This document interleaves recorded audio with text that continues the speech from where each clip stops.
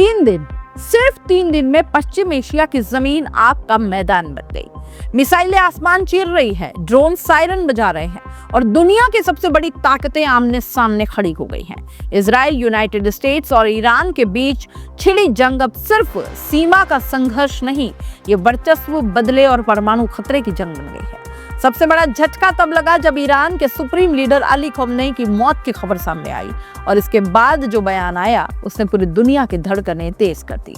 America के राष्ट्रपति Donald Trump ने ऑपरेशन एपिक फ्यूरी का ऐलान करते हुए कहा, हम तब तक नहीं रुकेंगे जब तक हमारे सारे मकसद पूरे नहीं हो जाते।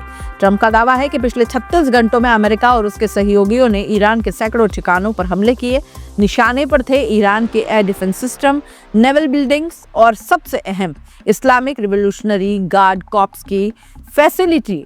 ट्रंप ने दावा किया कि ईरान की पूरी मिलिट्री कंपाउंड या कमांड ढह चुकी है। उन्होंने यहां तक कहा कि ईरानी जनता खमेनी की मौत पर सड़कों पर जश्न मना रही है। यह बयान जितना चौंकाने वाला है उतना ही विस्फोटक भी है। ट्रंप ने सीधे ईरानी रिवोल्यूशनरी गार्ड, सेना और पुलिस से अपील की, हथियार डाल दो, सरेंडर कर दो, वरना नतीजा तुम्हारी मौत होगा। ये सिर्फ बयान नहीं बल्कि खुली चेतावनी भी थी। ट्रंप ने हमले की वजह भी साफ की। अगर ईरान ने परमाणु कार्यक्रम, बैलिस्टिक मिसाइल उत्पादन और प्रॉक्सी समूहों को समर्थन बंद नहीं किया तो फिर हमला होगा, और अब वही हो रहा है। उनका आरोप है कि ईरान दशकों से आतंक को बढ़ावा देता रहा है और परमाणु हथियारों से लैस कट्टर शासन दुनिया के लिए खतरा है। लेकिन कहानी यही खत्म नहीं होती। ईरान ने भी जवाबी हमला करने का दावा किया है। इस्लामिक रिवोल्यूशनरी गार्ड कॉर्प्स ने कहा कि उन्होंने अमेरिकी और जायोनी टारगेट्स पर एक के बाद एक मिसाइल दागी हैं और बड़े पैमाने पर ड्रोन तैनात किए हैं। ईरान के दावों के मुताबिक 3 अमेरिकी और ब्रिटिश तेल टैंकरों पर हमला हुआ। कुवैत में अमेरिकी नेवी की जरूरी सुविधाएं ठप हो गई। बहरीन में अमेरिकी बेस को भारी नुकसान हुआ। 560 अमेरिकी सैनिक मारे गए या घायल हुए। अगर ये दावे सही हैं तो यह अमेरिका के लिए एक बड़ा झटका है, लेकिन अभी दोनों तरफ से सिर्फ दावे ही रहे हैं। जमीनी सच्चाई पर धुंध छाई हुई है। ट्रंप ने ब्रिटिश अखबार डेली मेल को दिए इंटरव्यू में संकेत दिया है ये सैन्य अभियान 4 हफ्ते तक चल सकता है।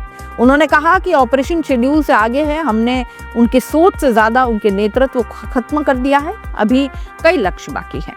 ये बयान बताता है कि अमेरिका पीछे हटने के मूड में बिल्कुल नहीं है। अगर अभियान सच में 4 हफ्ते चलता है तो मार्च के बाद अप्रैल तक ये जंग जारी रह सकती है। इस संघर्ष की सबसे बड़ी चिंता है परमाणु खतरा। अगर ईरान का न्यूक्लियर प्रोग्राम सक्रिय रहता है और वो लंबी दूरी के मिसाइलों के साथ जवाब देता है तो ये टकराव सिर्फ मिडिल ईस्ट तक सीमित नहीं रहेगा। तेल बाजार हिल सकता है, वैश्विक अर्थव्यवस्था प्रभावित हो सकती है और बड़े देशों की सैन्य भागीदारी बढ़ सकती है। रूस, चीन और यूरोपीय देशों की चुप्पी भी कई सवाल खड़े कर रही है। असली सवाल है, क्या खमेनी की मौत से ईरान और उग्र होगा? क्या ट्रंप सच में नेतृत्व ढा चुके हैं?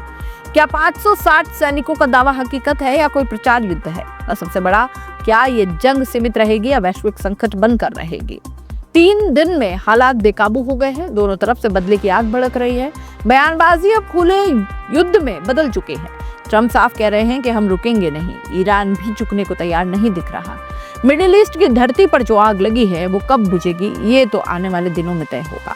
फिलहाल दुनिया सांस रोककर देख रही है। क्या ये संघर्ष 4 हफ्तों में खत्म होगा या इतिहास की सबसे बड़ी खतरनाक जंगों में दर्ज हो जाएगा? एक बात तो तय है, अगले कुछ हफ्ते दुनिया की दिशा बदल देंगे और हम हर अपडेट आपके सामने बेबाक, धारदार और सटीक अंदाज में लाते रहेंगे। आप इस पूरे मामले को कैसे देख रहे हैं? अपनी राय कमेंट बॉक्स में लिख दीजिए। जाते जाते चैनल को लाइक, शेयर और सब्सक्राइब जरूर कर दीजिए। नमस्कार।